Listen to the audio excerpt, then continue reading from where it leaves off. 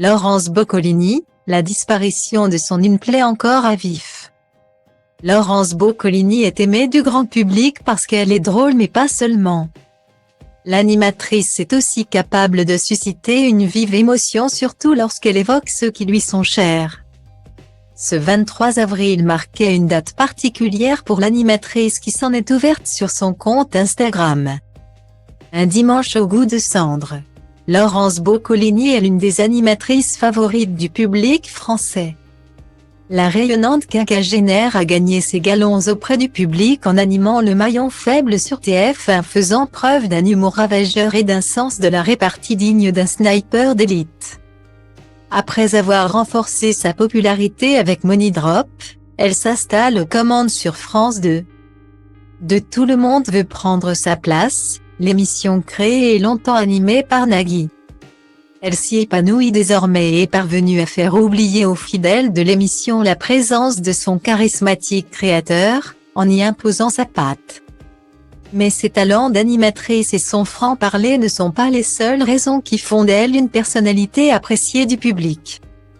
Sa sincérité et la tendresse dont elle fait preuve lorsqu'elle dévoile un pan de son histoire familiale font toujours mouche auprès de ses fans qui se régalent de ses improbables anecdotes. En 2020, elle avait ainsi raconté l'expérience américaine de ses arrière-grands-parents et de son grand-père. Un American Dream qui avait viré au cauchemar pour son aïeul italien dont les moustaches gelaient sous l'effet des températures peu clémentes du Minnesota au point qu'il avait décidé d'y mettre un terme et de rentrer en Europe. Je suis passé à ça de vivre à Walnut Grove et de tomber en courant dans les champs de marguerites, avait-elle expliqué avec drôlerie. Il y a peu l'animatrice a également évoqué Vittoria, sa grand-mère adorée, arrachée à son affection alors qu'elle n'était qu'une petite fille. À l'occasion de la fête des grands-mères, elle avait dévoilé le portrait de celle qu'elle n'avait jamais oubliée et dont la mort continuait de la faire souffrir. C'est avec le même chagrin que la maman de William a pris la parole ce dimanche 23 avril.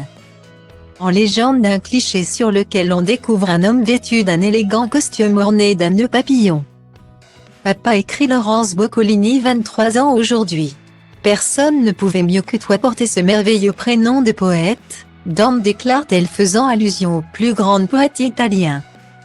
Dante Alighieri, auteur d'un des chefs-d'œuvre de la poésie mondiale, la Divine Comédie. Telle est la vie des hommes. Quelques joies, très vite effacées par d'inoubliables chagrins. Il n'est pas nécessaire de le dire aux enfants, écrit-elle ensuite citant Marcel Pagnol. Des mots de douleur immédiatement saisis par sa communauté, le temps ne fait rien à l'affaire.